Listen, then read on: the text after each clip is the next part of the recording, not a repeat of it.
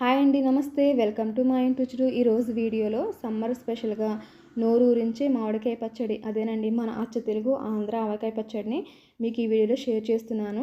నేను చెప్పే కొలతలతో మీరు పచ్చడి చేస్తే అది మీరు ఫస్ట్ టైం చేస్తున్నా సరే చాలా సునాయాసంగా పెట్టేస్తారు. పర్ఫెక్ట్గా అండ్ ఈజీగా కూడా ఈ పచ్చడిని చేసుకోవచ్చు. ముక్క మెత్తబడకుండా, కలర్ మారకుండా సంవత్సరం అంతా నిలవ ఉండే ఆవకాయ పచ్చడిని చేసేద్దామండి.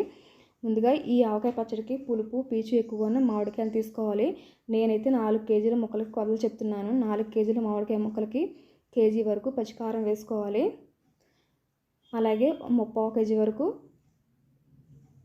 ఆవపిండి తీసుకోవాలి. ఈ ఆవపిండి మిక్సీలో పెట్టుకోవచ్చు, లేదంటే మనకి మార్కెట్లో కూడా దొరుకుతుంది.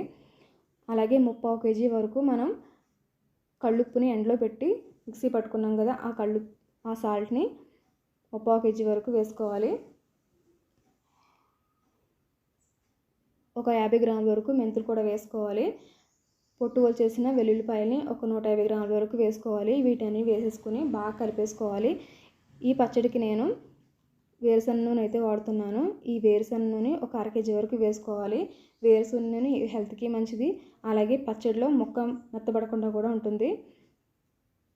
నూనె కూడా వేసేసి ఒకసారి బాగా కలిపేసుకోవాలి. నేను 4 కేజీలు ముక్కలు కొలత చెప్తున్నాను కదా, 4 కేజీల ముక్కల్ని మనం కలుపుకున్న కారంలో వేసేసుకుని ముక్కలకు ఉప్పు, కారం, నూనె అన్నీ పట్టేలా బాగా కలుపుకోవాలి. మీకు ఈ వీడియో ఫుల్ వీడియో కావాలంటే మన ఛానల్లో ఫుల్ వీడియో ఉంది, అన్నీ డీటెయిల్గా ఉంటాయి. ఒకసారి మన ఛానల్ని విజిట్ చేసి ఫుల్ వీడియో చూసి మీరు కూడా ఈ పచ్చడిని ట్రై చేయండి. నచ్చితే లైక్ చేయండి. వీటన్నిటిని బాగా కలిపేసుకున్నాక మనం జాడీలో కానీ డబ్బాలో కానీ పెట్టుకునేటప్పుడు అడుగున కొంచెం ఆయిల్ వేసుకుని మనం కలుపుకున్న ఆవకాయ ముక్కల్ని కొంచెంగా ఇందులో వేసి చేతితో ప్రెస్ చేసుకుంటూ 3 రోజుల పాటు కలపకుండా మూత పెట్టేసి పక్కన పెట్టేసుకోవాలి. 3వ రోజుకైతే మనకి పచ్చడి ఇలా ఊరుతుంది. ఈ ఊరిన పచ్చడిని ఒక పొడి గిన్నెలోకి తిరగపోసుకుని ఒకసారి గరిటతో అడిగి పైకి బాగా కలుపుకోవాలి.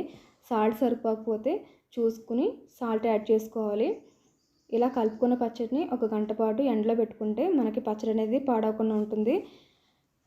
1 గంట తర్వాత పచ్చడిని తీసుకుని జాడీలో కానీ ఎయిర్టైట్ జార్లో కానీ పెట్టుకుని పైన ములిగే వరకు కూడా నూనె వేసుకుంటే ముక్క బూజు పట్టకుండా మెత్తబడకుండా ఉంటుంది. ఈ వీడియో కనుక నచ్చితే లైక్ చేయండి, కమెంట్ చేయండి, షేర్ చేయండి, తప్పకుండా సబ్స్క్రైబ్ చేయండి.